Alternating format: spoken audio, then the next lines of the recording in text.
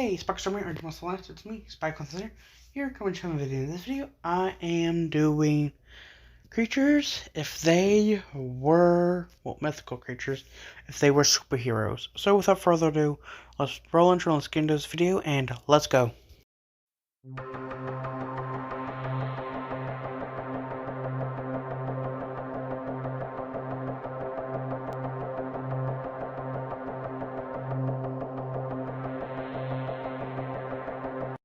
Like and subscribe if you enjoy this video. Hello people, my name is Irrelevant, and I am going to be talking to you about 4 heroes under the Creature Heroes organization. These heroes are known as the outcasts of the Hero Society, the ones that have not been taken in by the HCA. These people all are extremely powerful in their own right. They usually don't follow the ideals of what they want. And there are only 4 I'm going over today. Although all 4 of them are either related to one another or dating on one another. I'm starting off with the name of Score. Hero name for the record. Although for some reason it's only on file as name of Score. Well, actually, weirdly enough, this guy's name is used for both his hero name and real name. We never got his last name, so we don't know who exactly this is. Name of Score. Creature are Aquar Bayumetu. Pretty much it's a scorpion man. I think a centaur with a, but instead of the horse bottom, it's a large scorpion bottom with pincers intact. Yes. Although he doesn't have the lower torso of a scorpion, he still does have some scorpion properties. Namely the tail, the claws, and the 4 extra legs on his back. These were originally robotic limbs before these actually started to sprout from his back. And once they grew long enough, he replaced the robotic limbs with these said new body parts. And the claws are actually gauntlets attached to his wrist, which are actually now weaponry he can reuse. As for the tail, though, it is an actual biological tail that can be used to inject people with extremely potent and strong venom. It is very strong and potent, like I already said, but it can also be used as an acid. It is so strong and potent, in fact, that it can be smelled from 5 feet away, and it has a distinct sulfur smell, and it can pretty much poison just about anything, even some of our stronger heroes. Although he is on the weaker side physically, he makes up for that in his immense battle knowledge and flexibility. And poison, yes. The poison is more like a venom, but it can be used as poison, venom, or an acid. It can burn through pretty much anything. Let's move on to the next one, shall we?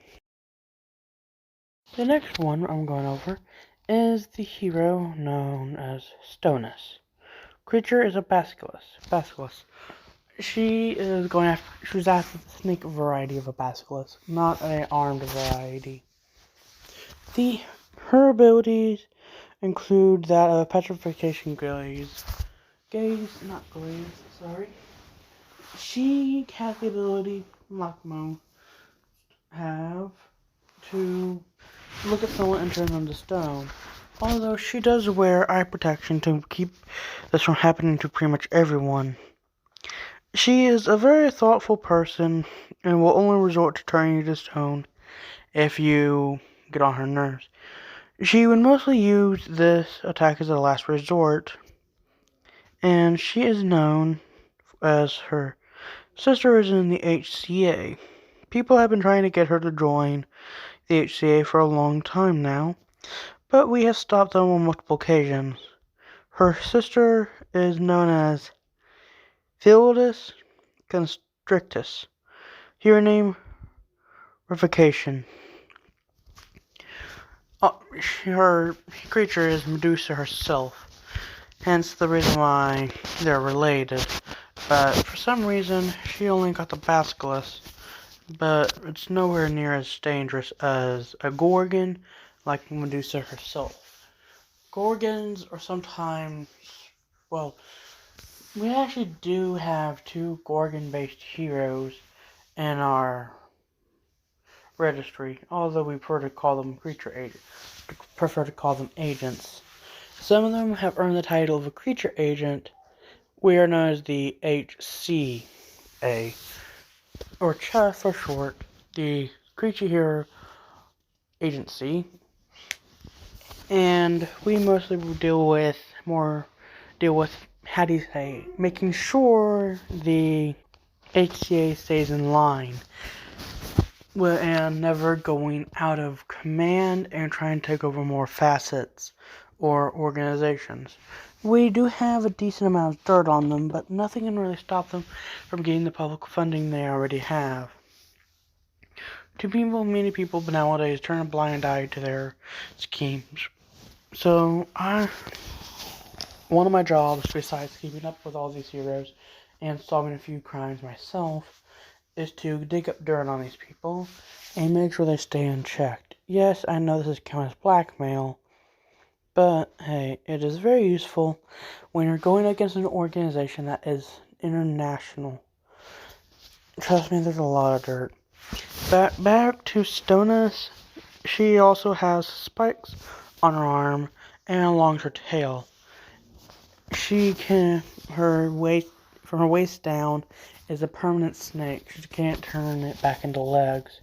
But once she got the abilities from the Basilisk Time Breath, it permanently altered herself. So, let's move on to the next one, shall we? Now, this next one is a weird one. What do you call it if a banshee gives it their last breath? Their second last breath? Well, this person's hero name is known as Screamer. She's a female that has no legs, but she's also a ghost, so she doesn't really need them. And for the record, you can guess what her creature is, but I'm just going to tell you. Banshee. She has the ability, now Screamer has the ability of, a ghost and a banshee. Although she is more of a kind spirit, literally and figuratively, in her personality, that is. She's a very kind spirit in personality, but also a very kind spirit in the fact that she is technically an undead of sorts. Now, for us, dealing with an undead is not uncommon. We do have some people with some zombie-like abilities. We actually have a necromancer on our team, in our registry known as Necro. A very powerful person, and he does have the ability to control some undead heroes, although very, very temporarily. And he can sometimes copy them. But what I mean by copy is like make a clone of them. It takes a lot out of him though. And he does have a copy of Screamer, which he uses quite often. Now Screamer has the ability not just to go intangible, but she also can go tangible. Tangible meaning that she can be interfered with, but she mostly does this with her claws. Now, she can cut through pretty much anything with her claws. Even solid walls. Let's say, if she were to go intangible but leave her claws tangible, she will be able to rip her opponent's arms off relatively easily by cutting them. And let's say she was having to fly into an area, and it was followed by more heroes back behind her.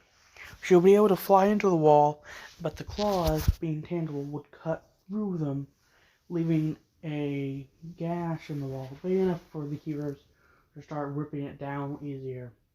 Some heroes have a better time, and the handful of goals we have got, thanks to Colonel Striker giving us some armor, they are now able to really miss him. Like King Kaneki, he's been a big help in getting some really good dirt on the HCA. Experiment, especially with experimentation on some of their own heroes in their registry. And now, moving on to the final one. This last one is a Japanese descendant, but it would also make sense too of his abilities and how he managed to get them. You see, this guy is a special case. Instead of getting them from a creature's last breath, or absorbing them through a creature's powers, or a piece of a creature, he got them from a curse. A curse of a Ushioni. A Ushioni is a single spire with a head of a bull with only 6 legs. That's what a Ushi-onigiri is. Now, these are demons, which Oni means demon. They have a, well, don't really say they are dangerous. But that is quite true for a usual Ushioni.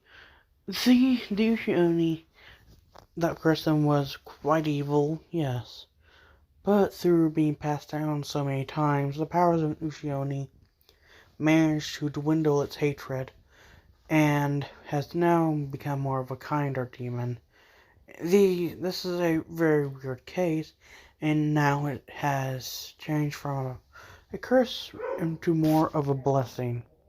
And according to some research I have done, there used to be a lot of magic in this world, but more or less it has now dwindled down to so little that there's only enough for people to use their abilities, which now people have known as their superpowers. But anyways, his curse has allowed him to pretty much shoot bone spikes out of his arms, and has given him 4 extra legs on his back, each one ending in a bone spear of its own. He also got bull ox horns, on his head. His eye color used to be a blue or black color. He doesn't really state, but we've just gotten a little bit of his background from him. That's all we need. And he has, due to this curse, his eye color has changed to red. He said that this curse has been in his family for generations, always passing down to the newest firstborn. And that's always because there's always one child in each generation. But it turns out this guy actually has 2 siblings, and each of them have different abilities from the Ushioni. He has the claws and horns of the thing, whereas the others, one has the poison of it, and the other has the wings of a Ushioni. And I've been hearing murmurs about them actually being within our ranks. So, note to self, check them out sooner or later. But I'm afraid that's all the time I got for today. Well, I hope you enjoyed today's video, because I'm afraid that's all the time I got for today. Until next time, subscribe today to join the Backstar Me or the Must Alliance. Goodbye and peace out, everyone.